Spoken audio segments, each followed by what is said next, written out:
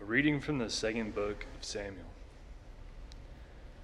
David went to bring up the ark of God from the house of Obed-Edom into the city of David amid festivities. As soon as the bearers of the ark of the Lord had advanced 6 steps, he sacrificed an ox and a fatling. Then David, girt with a linen apron, came dancing before the Lord with abandon, as he and all the house of Israel were bringing up the ark of the Lord with shouts of joy and to the sound of the horn. The ark of the Lord was brought in and set in its place within the tent David had pitched for it. Then David offered burnt offerings and peace offerings before the Lord. When he finished making these offerings, he blessed the people in the name of the Lord of hosts. He then distributed among all the people, to each man and each woman, in the entire multitude of Israel, a loaf of bread, a cut of roast meat, and a raisin cake. With this, all the people left for their homes. Verbum Domini.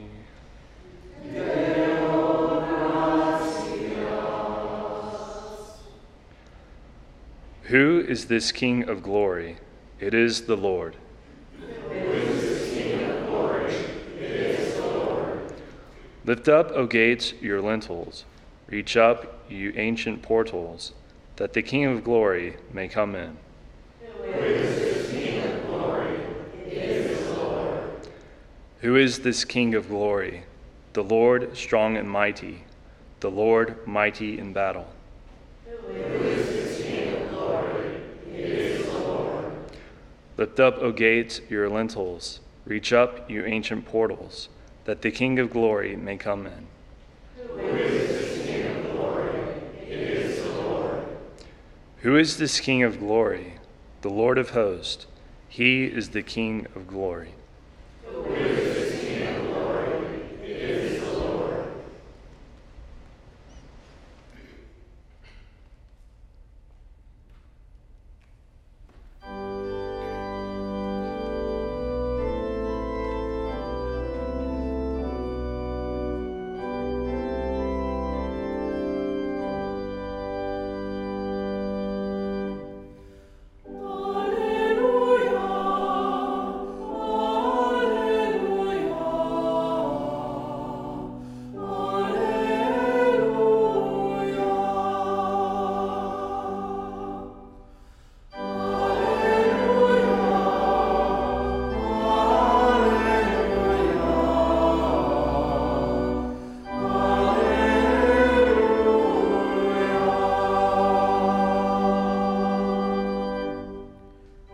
Blessed are you, Father, Lord of heaven and earth.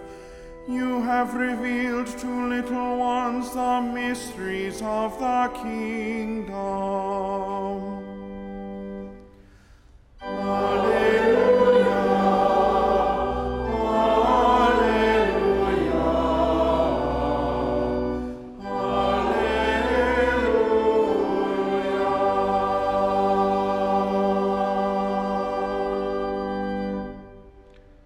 Dominus vobiscum. et cum spiritu tuo. Lectio Sancti Evangelii secundo Marcum. Gloria tibi, Domine.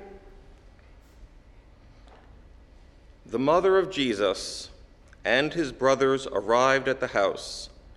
Standing outside, they sent word to Jesus and called him. A crowd seated around him told him, "Your mother and your brothers and your sisters are outside asking for you." But he said to them in reply, "Who are my mother and my brothers?" And looking around at those seated in the circle, he said, "Here are my brother and my mother. For whoever does the will of God is my brother and sister and mother." Verbum Domini. Amen.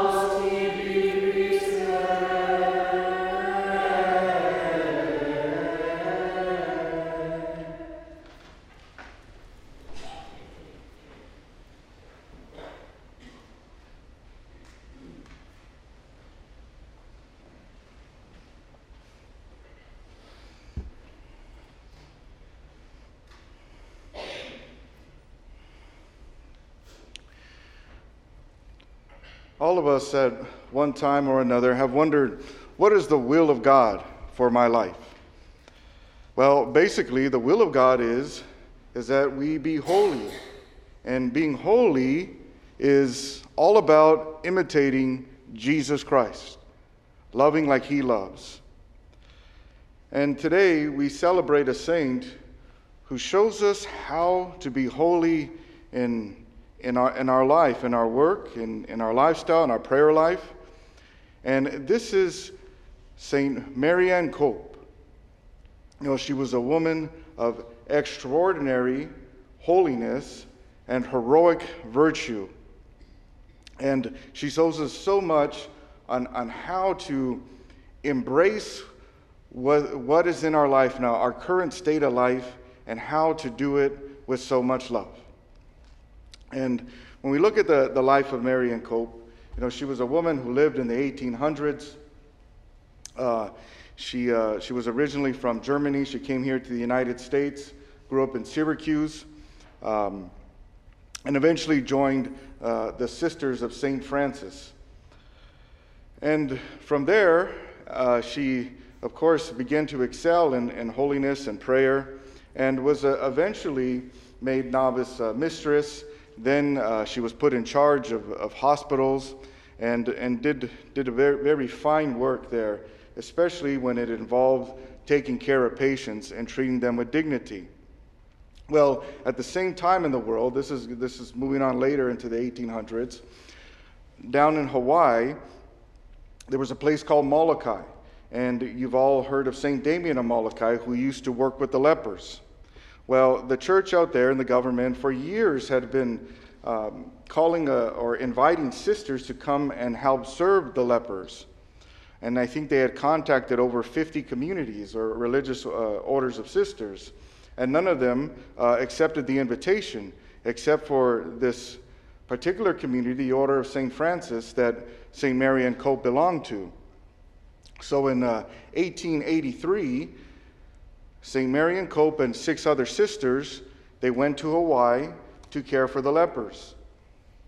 And so there she is again, just as she did in Syracuse, showing much love, showing much respect for the patients with leprosy.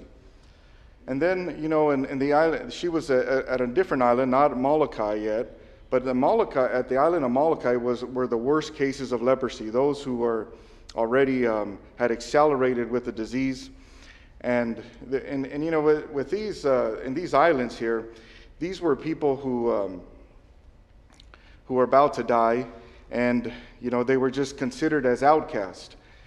They would send them out in ships to the island and just release them, letting them just care for themselves.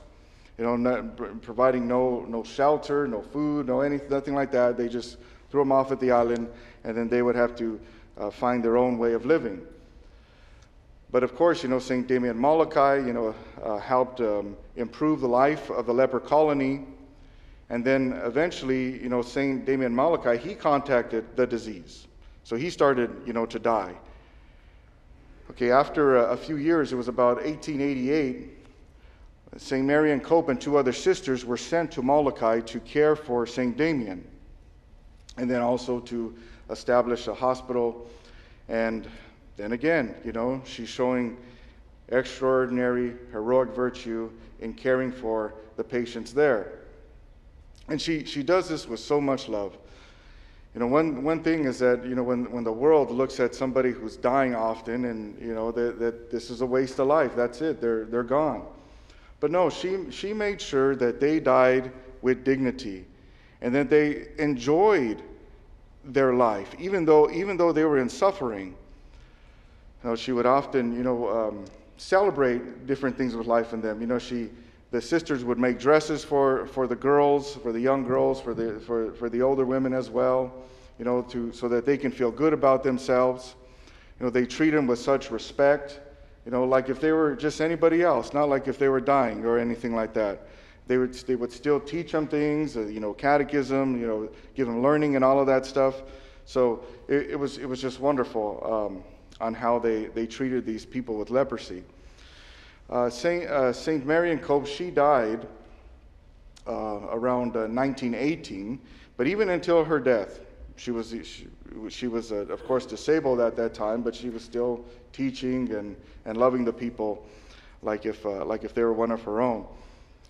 Well, again, we here are called to do the will of God and to do it with holiness. Now, whatever current state of life we're in, it's very easy to belittle people. It's very easy to not treat people with respect and dignity. And how so? Well, just the simple things.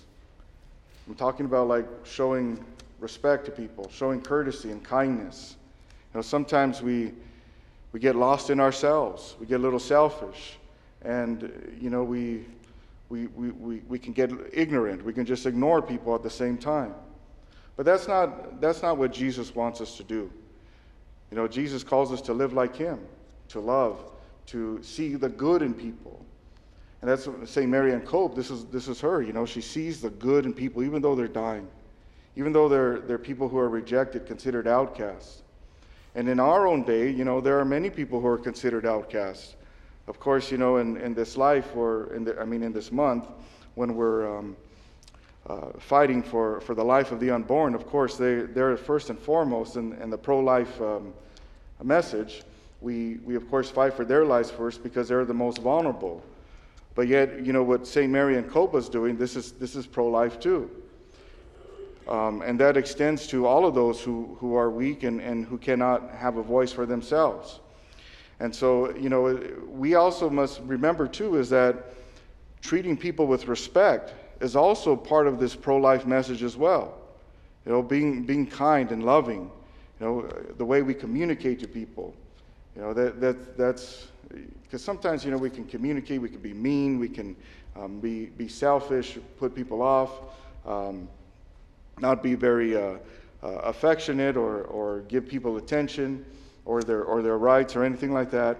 And what does this do? This hurts somebody. It injures their self-confidence and and can cause some great emotional wounds. So we need to be careful how we talk. Of course, and being holiness involves our actions, but our words as well. And so today, my brothers and sisters, when we look at this reading here, and what is Jesus telling us here? He says to do his will. Now, there are people here who are with Jesus, who are at his feet listening to him. Okay, and this is where it starts. This is how we grow holy, by sitting at the feet of the Lord. This is how we learn to do his will. By studying the ways of Jesus Christ. And so, brothers and sisters, we could all be great saints like St. Mary Ann Kolb, but it begins first by loving Jesus, by sitting with him and learning his ways. God bless you all.